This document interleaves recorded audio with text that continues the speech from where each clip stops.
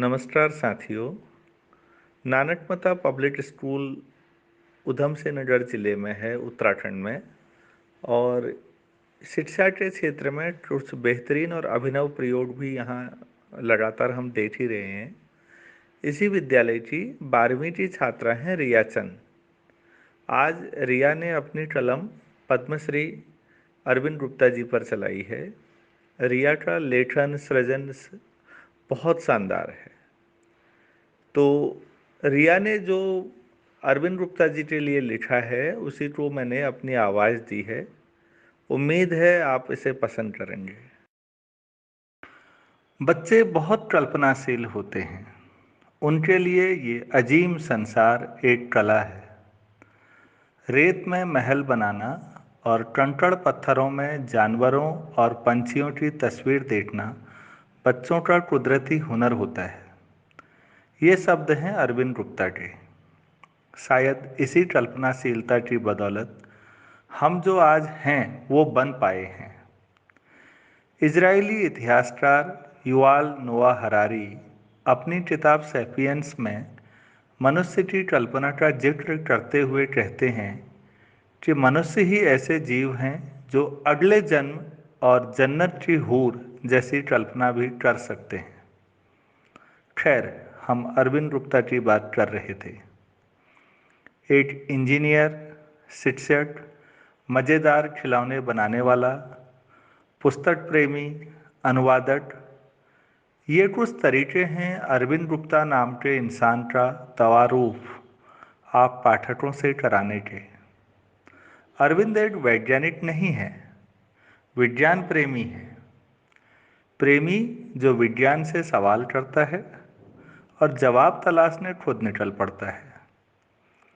उनके लिए विज्ञान एक नज़रिया है, किसी घटना की आलोचनात्मक पड़ताल करने की ताकत।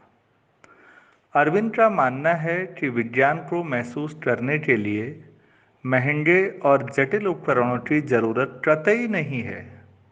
जरूरत है तो सिर्फ कल्पना, नया सीखने की चाह और अपने चारों ओर बसे विज्ञान को जीने की तड़फ की। विज्ञान के पेचीदा सिद्धांतों को आम जनमानस तक पहुंचाने के लिए अरविंद खिलौनों का इस्तेमाल करते हैं। बच्चे खेल खेल में विज्ञान समझ लेते हैं। इस कदर सीखने से उनमें जिज्ञासा पैदा होती है। जाने माने अमेरिकी मनोवैज्ञानिक शोधकर्ता पीटर ओटिस ग्रे खेलों के बारे में कहते हैं कि खेल वास्तविक नहीं होता और यह कल्पना लोक में घटित होता है, मगर इसका ताल्लुक वास्तविक दुनिया से है और दुनिया से तालमेल बिठाने में बच्चों की मदद करता है। अरविंद भी इस बात की तायीद करते हैं। उनका मानना है कि किसी चीज़ को समझने के लिए बच्चों को अनुभव की दरकार होती है। देखना, छूना, सुनना, स्वाद चखना, सूंघना, छांटना, सजाना, एक साथ करना, अलग अलग करना आदि। वे वास्तविक चीज़ों के साथ प्रयोग करना चाहते हैं। उनका कहना है कि प्रयोगों के जरिए सीखने से ही असली ज्ञान मिलता है। शब्दों या फॉर्मूले के बजाय प्रयोगों की दिमाग पर ज़्यादा गहरी छाप पड़ती है। इस समझ को विकसित होने में समय लगा। अरविंद के लिए अपना शौक पहचानना एक रात की बात नहीं थी। आईआईटी कानपुर से स्नातक की डिग्री लेने के बाद उन्होंने टेल्को कंपनी में कुछ साल काम किया। उन्हें यह एहसास करने में ज़्यादा समय नहीं लगा कि उनका दिल इस काम में उन्हें आगे बढ़ने की इजाज़त नहीं देता है। उन्होंने अपने दिल की हिदायत पर चलना ज़्यादा माकूल समझा। अरविंद ने मध्य प्रदेश के आदिवासी जिले होशंगाबाद में बच्चों के लिए ज़मीनी स्तर पर ग्राम विज्ञान शिक्षण कार्यक्रम के साथ काम करने के लिए टेल्को से 1978 में 1 साल का अध्ययन अवकाश लिया। इसे होशंगाबाद विज्ञान शिक्षण कार्यक्रम नाम दिया गया।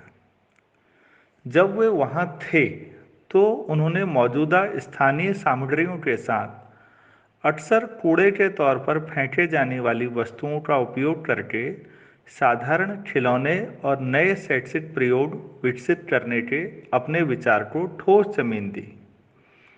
उन्होंने पाया कि ये साधारण खिलौने बच्चों को आकर्षित करते थे और अरविंद ने उन्हें विज्ञान को लोकप्रिय बनाने के अपने आंदोलन की पहचान के रूप में पेश किया।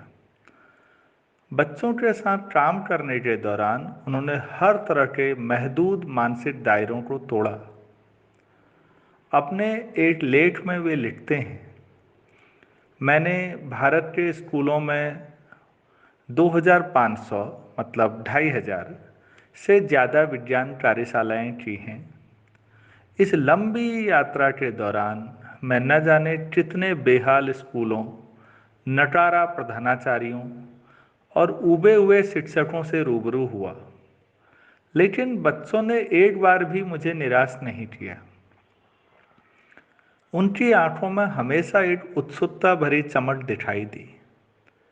ऐसे ही एक शैक्षिक भ्रमण में अरविंद पाकिस्तान गए। वहाँ कहे गए उनके शब्द शांति और प्यार की तामीर रखते हैं। यह एक बहुत ही कृत्रिम विभाजन है जो हमारे बीच मौजूद है। हम इतिहास, परंपरा, भाषा, संगीत और संस्कृति के कई अलग अलग पहलुओं से बंधे हुए हैं। अरविंद की इन कोशिशों के कारण उन्हें विज्ञान को लोकप्रिय बनाने के लिए राष्ट्रीय पुरस्कार से नवाजा गया है। उन्हें गणतंत्र दिवस 2018 की पूर्व संध्या पर नागरिक पुरस्कार पद्मश्री से भी सम्मानित किया गया। उनका मानना है कि बच्चों के लिए पूरी दुनिया एक प्रयोगशाला है। बच्चे किसी वैज्ञानिक सिद्धांत को तब ज़्यादा तवज्जो देते हैं जब कोई खिलौना उन्हें इसका अनुभव कराता है। महंगे उपकरणों से हम सिर्फ बेकार साइंस करते हैं और सरल और आसान जुगाड़ से हैरत अंगेज साइंस किया जा सकता है। अपनी हिंदी की हालत बहुत दयनीय है। 40 करोड़ लोगों की जुबान होने के बावजूद हिंदी में अच्छी किताबों का अकाल है। यह हिंदी भाषी राज्यों की बीमारू संस्कृति का एक नमूना है। अरविंद के लिखे एक लेख से यह इबारत ली गई है। हिंदी में किताबों की कमी को भरने के लिए उन्होंने कई विज्ञान से जुड़ी किताबों का अनुवाद हिंदी भाषा में किया है ताकि जटिल सिद्धांतों के बरट्स आसान और ज़मीनी विज्ञान लोगों तक पहुंच सके। अरविंद ने 290 से अधिक किताबों का हिंदी में अनुवाद किया है। एक अनुवादक के साथ साथ अरविंद एक लेखक भी हैं। Little toys, 10 little fingers, string games, matchstick models and other science experiments, pumps from the dump और द टॉय बैग उनकी कुछ सबसे प्रशंसित किताबें हैं।